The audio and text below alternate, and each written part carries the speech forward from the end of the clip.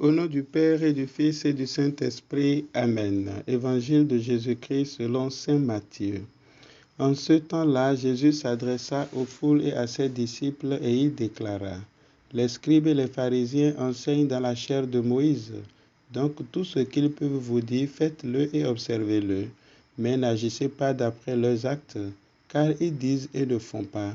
Ils attachent de pesants fardeaux difficiles à porter et ils en chargent les épaules des gens. Mais eux-mêmes ne veulent pas les remuer du doigt. Toutes leurs actions, ils les font pour être remarqués des gens. Ils élargissent leurs phylactères et rallongent leurs franges. Ils aiment les places d'honneur dans les dîners, les sièges d'honneur dans les synagogues et les salutations sur les places publiques. Ils aiment recevoir des gens le titre de rabbi. Pour vous, ne vous faites pas donner le titre de rabbi, car vous n'avez qu'un seul maître pour vous enseigner et vous êtes tous frères.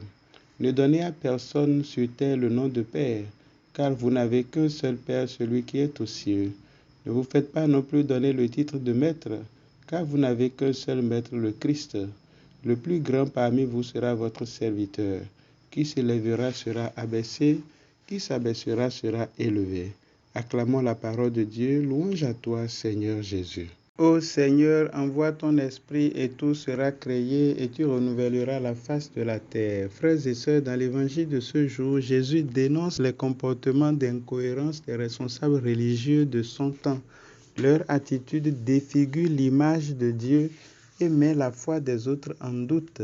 Ces reproches sont encore actuels et s'étendent à tous les enfants de Dieu dont la mission est de faire grandir le règne de Dieu. Jésus précise cependant que l'incohérence, l'hypocrisie dans les responsables n'est pas une raison pour relâcher, car même si le responsable religieux devrait être un modèle, il n'est pas le modèle par excellence.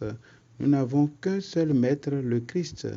La pratique de l'obéissance n'est donc pas conditionnée par la qualité de vie du messager, mais par l'envie d'être sauvé. La finale de l'évangile me rappelle le thème annuel de notre diocèse de Tambacounda, vivre la synodalité au service de la mission. Je remarque le mot service car c'est lui qui donne du sens à la vie chrétienne. C'est aussi ce qui permet de lutter contre la recherche de pouvoir et d'autorité, la volonté de domination et de puissance.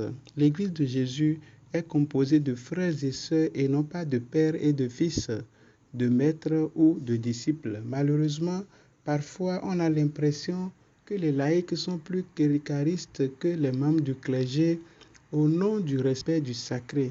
Ceci sous-entend que le clerc est plus sacré que le laïc.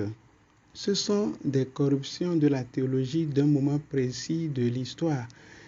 La dignité de fils de Dieu nous est donnée par l'esprit reçu au baptême. Et comme nous apprend l'apôtre Paul, il y a un seul esprit avec des services différents. Le service des uns et des autres devrait aider à décharger, à libérer. Et cela s'oppose donc à la manie de rendre la vie difficile aux autres au nom de lois qui ne sont pas respectées par ceux qui les promulguent. Malachie dénonce les mêmes choses dans la première lecture. Il affirme que la trahison profane l'alliance et rappelle que nous avons tous un seul Père et que nous avons tous été créés par un seul Dieu. Nous sommes avec Malachie dans les années 100 après le retour d'exil, après la reconstruction du temple. Apparemment, les Israélites n'ont pas appris la leçon.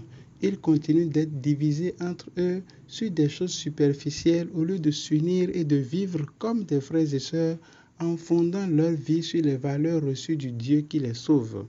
Ils ont adopté l'injustice dont ils ont été victimes.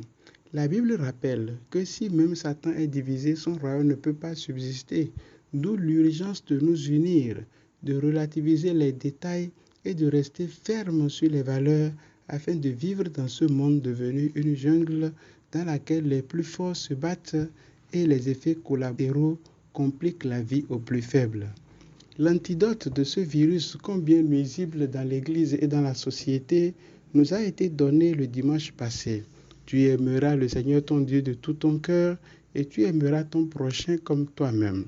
C'est la seule explication à l'attitude de Paul et de ses compagnons par rapport aux Thessaloniciens. Ils étaient prêts à s'abaisser jusqu'à donner leur vie pour les Thessaloniciens. Jésus l'avait déjà enseigné. Il n'y a pas de plus grand amour que de donner sa vie pour ceux qu'on aime. Jean 15, 13. C'est cet amour qui nous permet de cultiver la fraternité et le service comme mode de vie. Le plus grand parmi vous sera votre serviteur. Qui s'élèvera sera abaissé, qui s'abaissera sera élevé.